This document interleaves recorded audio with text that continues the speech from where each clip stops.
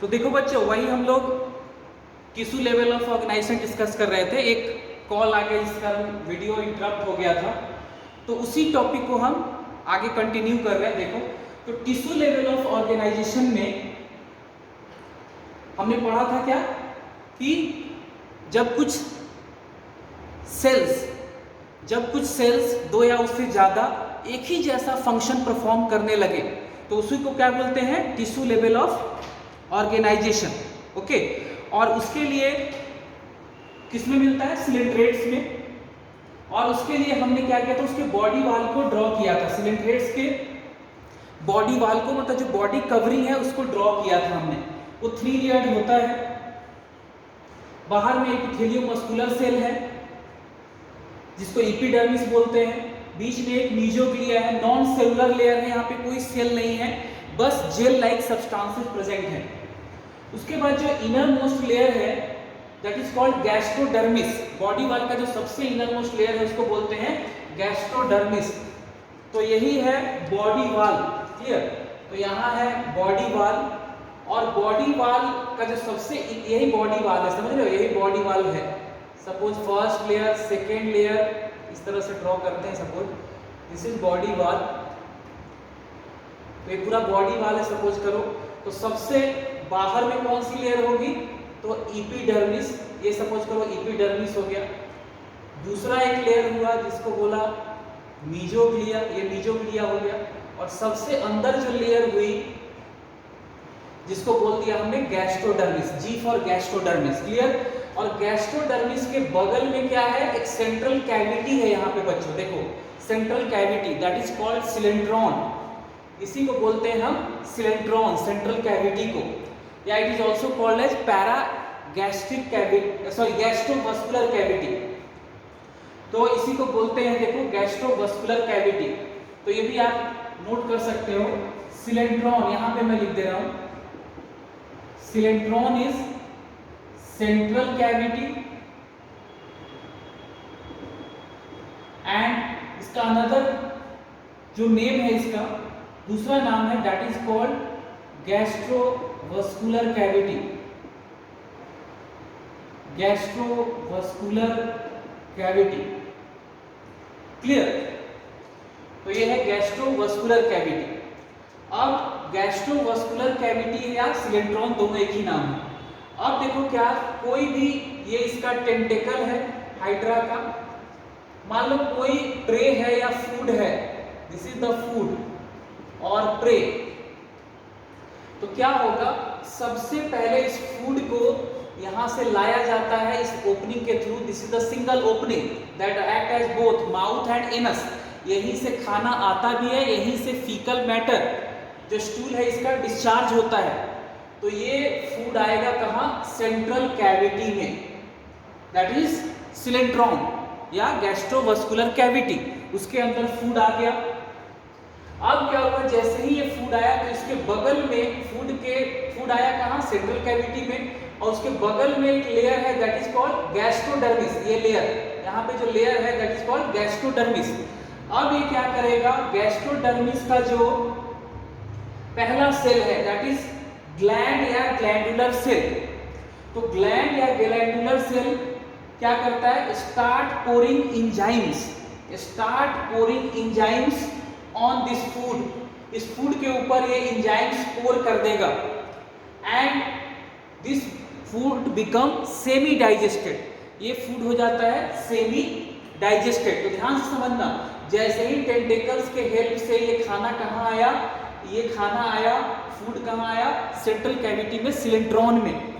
जैसे ही ये खाना सेंट्रल कैविटी में आया, उसके बाद क्या होगा, इसके ऊपर जो ये ग्लैंडुलर सेल है या ग्लैंड सेल जिनके अंदर डाइजेस्टिव एंजाइम्स प्रेजेंट था, वो डाइजेस्टिव एंजाइम इस फूड के ऊपर पोर कर दिया जाएगा और ये फूड बिकम सेमी डाइजेस्टेड। ये फूड हो जाएगा सेमी डाइजेस्टेड। जब कभी देखो, दो तरह की डाइजेशन होती है, extra cellular and intra cellular, हमेशा याद रखना। दो तरह का डाइजेशन है, extra and intra. Digestion is of 2 types, इधर लिखता हूं मैं। Digestion is of two type,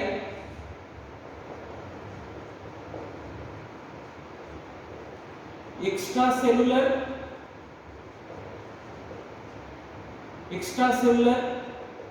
and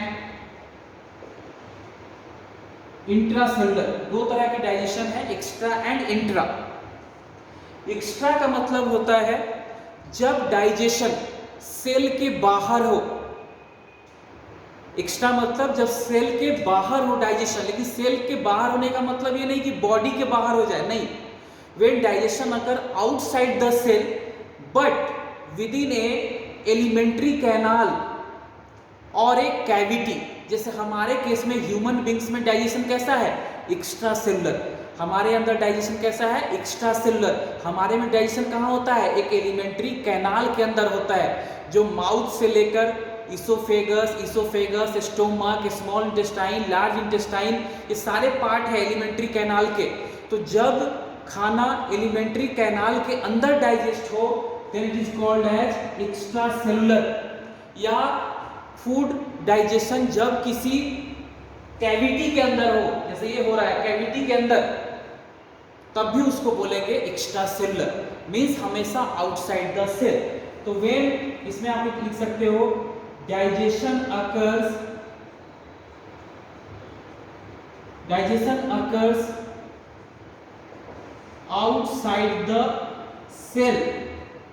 outside the cell मतलब कहां विद इन एलिमेंट्री कैनाल, हमेशा याद रखना, विद इन एलिमेंट्री कैनाल और any central cavity, within any central cavity. Clear यहां? तो ऐसे लिख सकते हो डाइजेशन अगर आउटसाइड द सेल और you can say within alimentary canal, और एलिमेंट्री कैनाल इसको रब कर देता हूं, एलिमेंट्री कैनाल और कैविटी। तो एलिमेंट्री कैनाल और कैविटी के अंदर जब डाइजेशन हो अगर आउटसाइड द सेल और विद इन एलिमेंट्री कैनाल और कैविटी, तो इसको बोलते हैं extra cellular. Intracellular means within cell. तो when digestion occur within cell then it is called as intracellular. तो देखो ये कैसा डाइजेशन हो गया, कैविटी के अंदर हो रहा है ना, तो सिलेंट्रेट में जो पहला डाइजेशन है दैट इज एक्स्ट्रा सेलुलर। एक इंपॉर्टेंट पॉइंट आपको यहां से पता चल गया फाइलम सिलेंट्रेटा के बारे में कि डाइजेशन फर्स्ट अकर एक्स्ट्रा सेलुलर। अब देखो ये जो सेमी डाइजेस्टेड फूड था, पहले क्या हुआ, पहले यहां से देखो ब्लैक, यहां से इस तरह से एंजाइम्स पोर कर दिए गए यहां से, समझ में आ रहा है? उसके बाद जब ये फूड बन गया सेमी डाइजेस्टेड, देन यहां ड्रॉ करता हूं, देखो ध्यान से समझना। यहां पहला सेल सपोज करो है कौन वाला, nutritive muscular cell, this is nutritive muscular cell.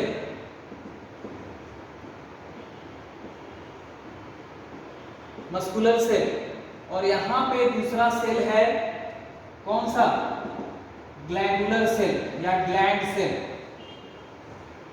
पहले फूड आया जो central cavity, sorry this is the food, sorry इस तरह से ड्रॉ करते हैं, तो फूड है यहाँ पे ये, तो ध्यान से समझना।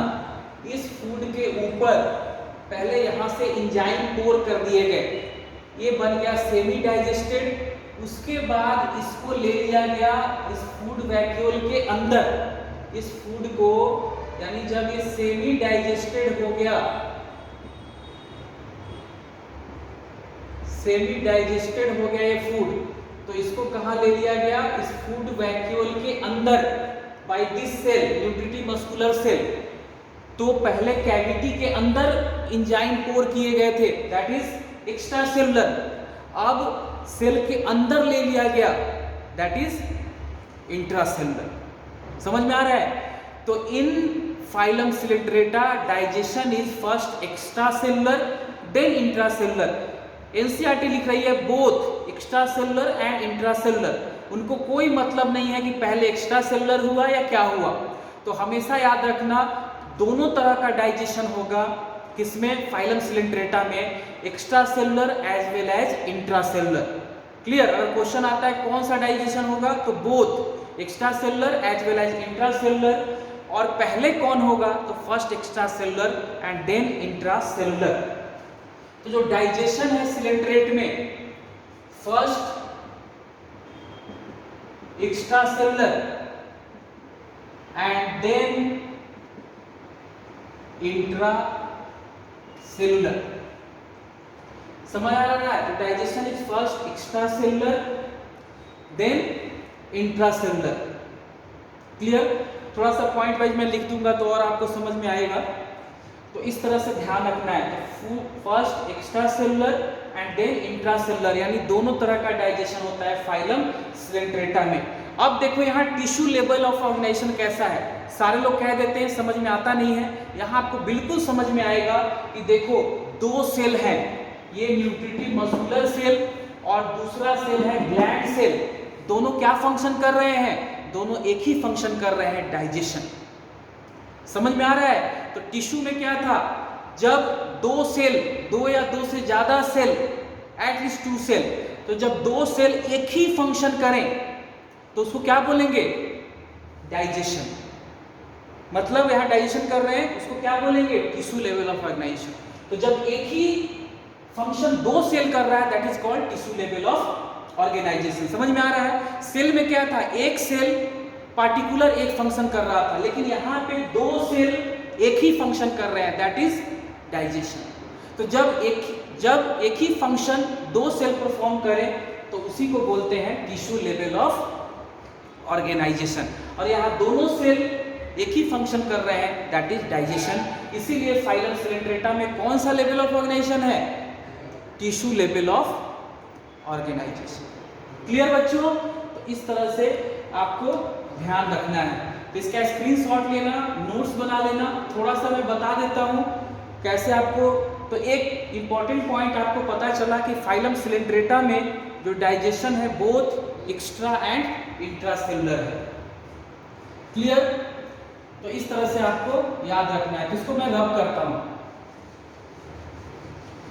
तो देखो अभी हमने थोड़ा ही पढ़ा है, लेकिन हमने बहुत सारी चीजों को कोरिलेट करके पढ़ा है। तो इस तरह से अगर आप कोरिलेट करके पढ़ेंगे तो चीजें आपको याद रहेंगी, नहीं तो वो नोट्स बनता जाता है, चीजें समझ में नहीं आती। तो देखो थोड़ा सा मैं डाइजेशन, एक्स्ट्रा सेलुलर और इंट्रा सेलुलर जो डाइजेशन था, ऐसे मैंने डायग्राम से समझा दिया आपको, लेकिन थोड़ा सा मैं लिख देता हूं, उसको नोट कर लेना आप कि कैसे इनमें दोनों तरह का डाइजेशन होता है।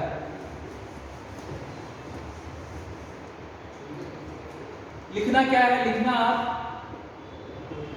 इन phylum coelenterata, in phylum Coelenterata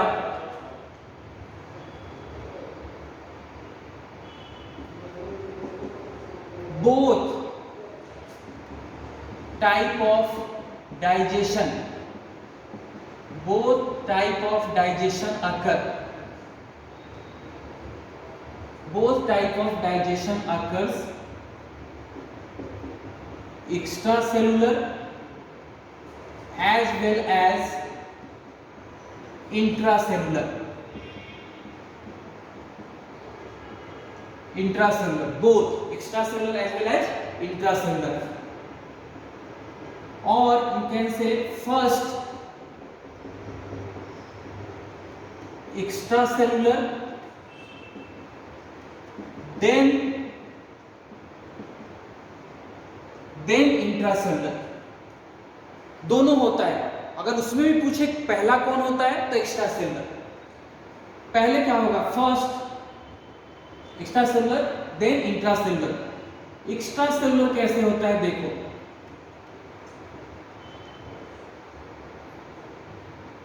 eight first food और prey is taken by tentacles into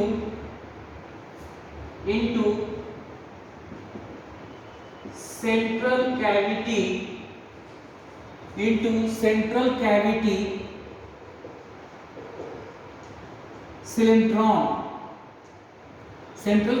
coelentron and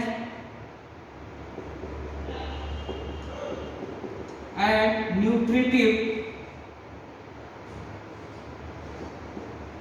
muscular cell or digestive cell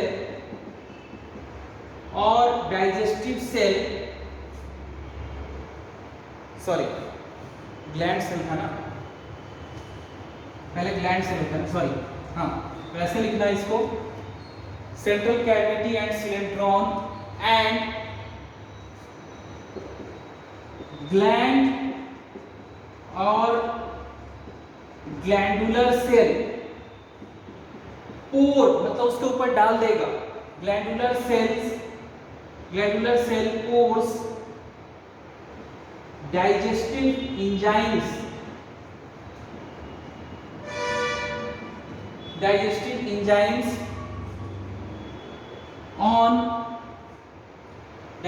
enzymes on food or prey,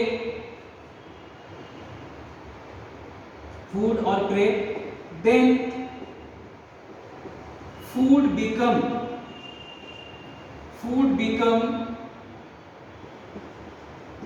semi-digested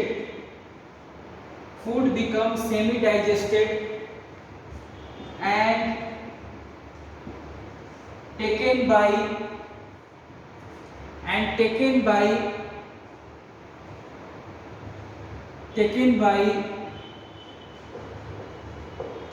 nutritive muscular cell or digestive cell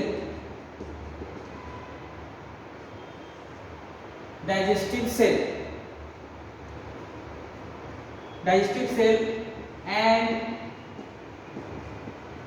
digestion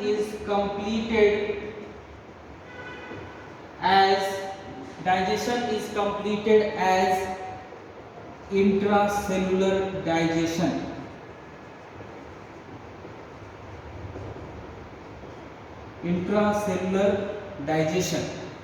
clear?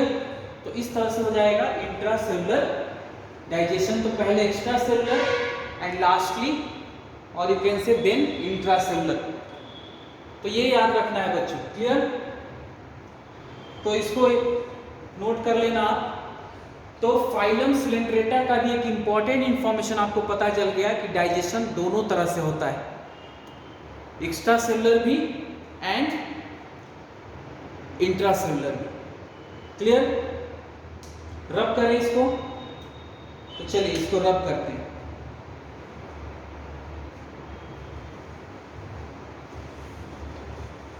तो tissue level of organisation आपको पता चल गया, जब दो cell एक ही function करें तो उनको टिश्यू लेवल ऑफ ऑर्गेनाइजेशन में रखते हैं।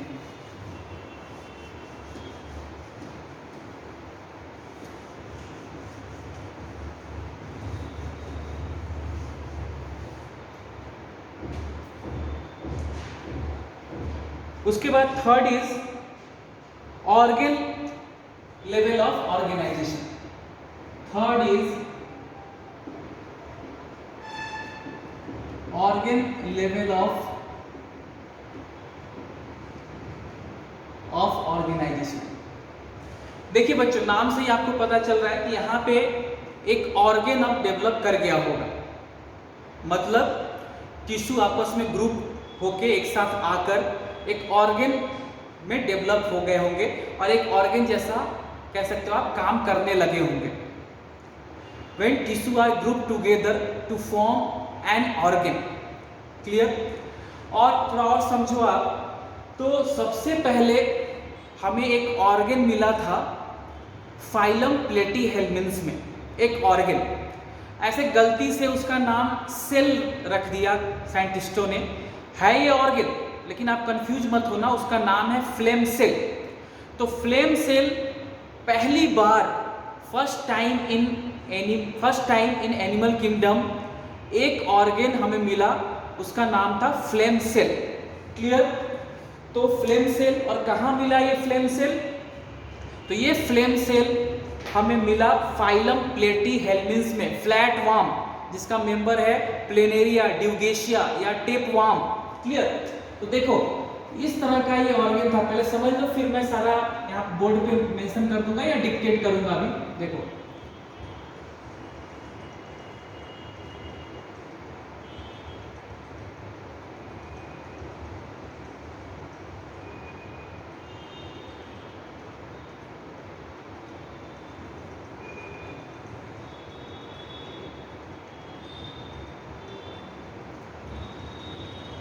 तो इस तरह का फ्लेम सेल था, इस तरह का फ्लेम सेल। ये स्ट्रक्चर जो मैंने ड्रॉ किया है ये फ्लेम सेल का है। ये किस में मिलता है? प्रेजेंट इन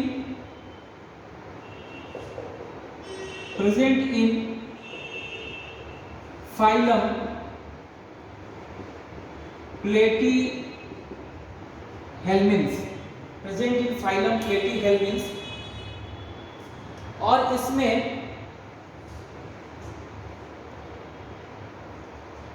इसमें देखो ये इसका न्यूक्लियस है, इस सेल ऐसे है, ये ऑर्गन ही न्यूक्लियस है, साइटोप्लाज्म में सारा कुछ है। और यहाँ पे आपको बहुत इंटरेस्टिंग लगेगा कि इसका नाम फ्लेम क्यों पड़ा। Why flame cell is called as flame? Because it has cilia. ये जो स्ट्रक्चर मैंने ड्रॉ किया है, these are cilia, and when this cilia beats it looks like flame. जैसे माचिस जलाते हो आप, फ्लेम दिखता है, same when cilia beats its look like flame. तो इसीलिए इसका नाम क्या पड़ा? Flame cell. तो flame cell present in phylum platyhelminth. Function क्या है फ्लेम सेल का? तो याद रखना आप, function is excretion and osmoregulation. So function is excretion and osmoregulation. Excretion and osmoregulation. Excretion आपको पता है, removal of metabolic wastage is excretion. Removal of metabolic wastage. Metabolic wastage मतलब जो भी प्रोडक्ट हुए, जैसे डाइजेशन हो गया, एक मेटाबॉलिज्म हुआ, रेस्पिरेशन हो गया, तो उन सब के वेस्टेज का एक्सक्रीशन होना, that is the meaning of metabolic wastage. So removal of metabolic wastage is excretion. Osmoregulation is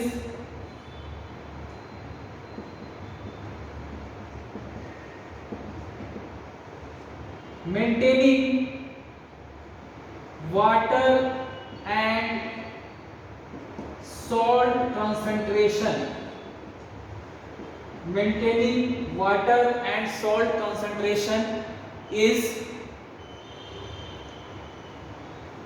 osmoregulation. तो ये जो ऑर्गन है एक्सक्रीशन में, ठीक है ना, एक्सक्रीशन में और ऑस्मोरेगुलेशन में मदद करता है, हेल्प करता है, या इसका फंक्शन है एक्सक्रीशन एंड ऑस्मोरेगुलेशन। अब why flame cell is called as flame cell? तो ये पॉइंट आप लिख सकते हो, flame cell is called as flame cell is called as flame cell because it has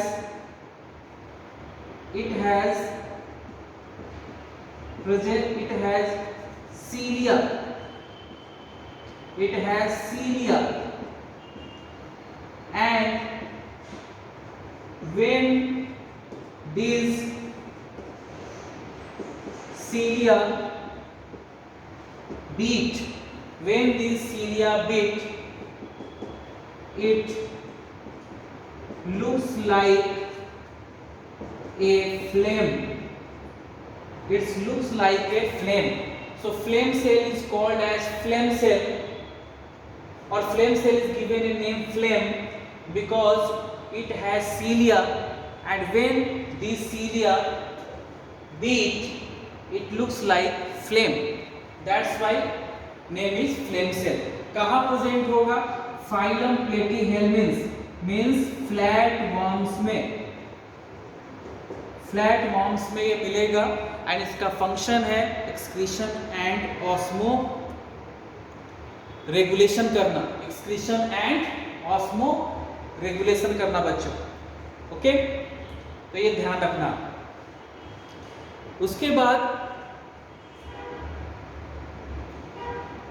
तो इस तरह से ऑर्गन लेवल ऑफ ऑर्गेनाइजेशन, मतलब पहला जो ऑर्गन मिला हमें वो मिला था फाइलम प्लेटीहेल्मिन्स में। तो फाइलम प्लेटीहेल्मिन्स में कौन सा लेवल ऑफ ऑर्गेनाइजेशन होगा बच्चों?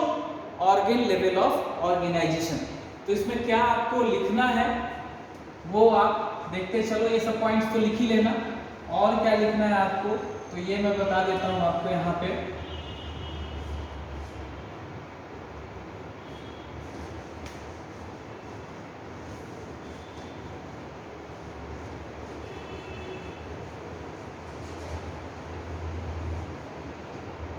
यहाँ पे क्या लिखना है?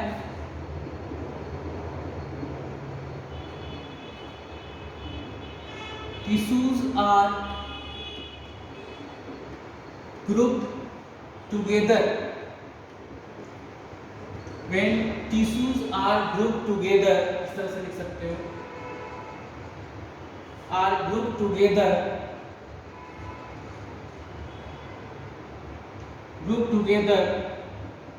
to form an organ. When tissues are grouped together to form an organ, and this organ will perform a particular function. Form an organ, and this organ would perform a particular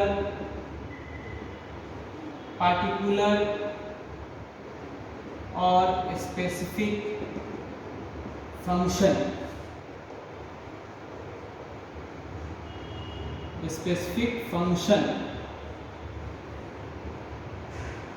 तो इसी को बोलते हैं organ level of organisation. कहाँ मिला था? Phylum प्लेटीहेल्मिन्स में।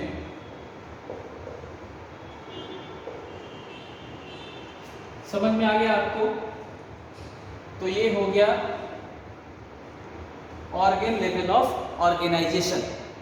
Next is organ system level of organisation.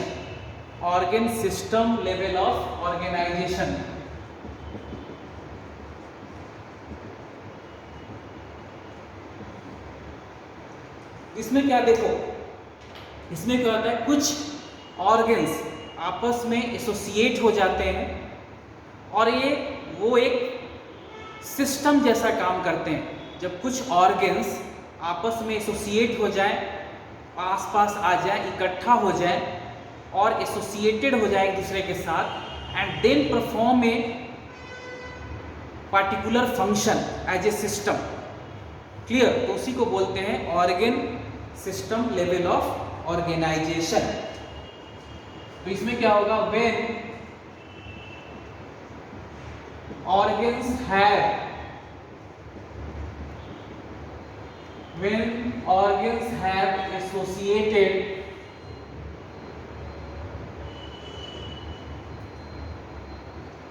organs have associated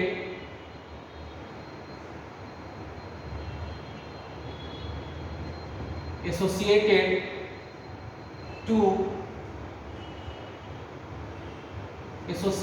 as system, when organs have associated as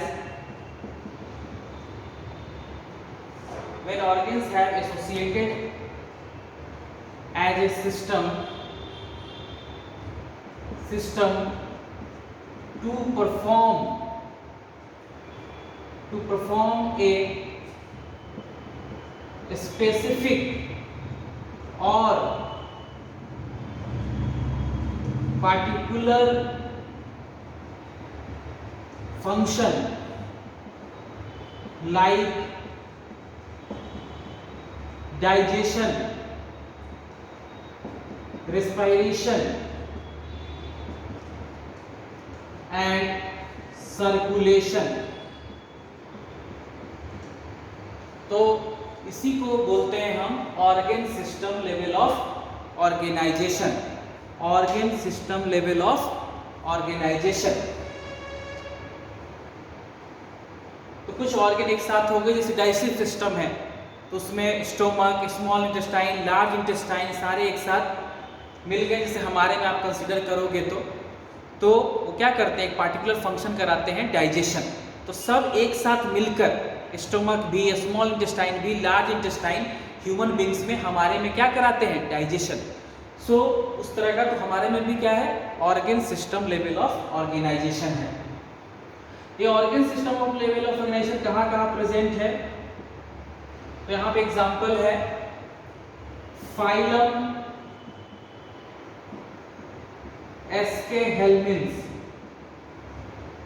यहां आप पढ़ोगे तो एनसीईआरटी ने एस्के हेल्मिन्स का नाम नहीं लिखा।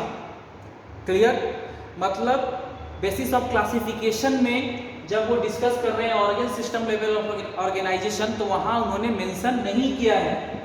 लेकिन जब पार्टिकुलर फाइलम आप पढ़ोगे, फाइलम एस्के हेल्मिन्स देखना आप घर पे, तो उसमें उन्होंने बोला हुआ है कि वेल डेवलप्ड मस्कुलर फेरिंग्स होता है और इनका एक कंप्लीट डाइजेस्टिव सिस्टम होता है वहाँ पे। और जहाँ पे उनके जनरल फीचर्स लिखे हैं फाइलम एस्के हेल्मिन्स का, वहाँ भी उन्होंने लिखा है organ system level of organisation. Organ system level of organisation, तो phylum aschelminthes, then phylum annelida, then phylum arthropoda, सब में phylum mollusca, echinodermata, hemichordata and finally chordata, जिसमें हम भी आते हैं। तो सब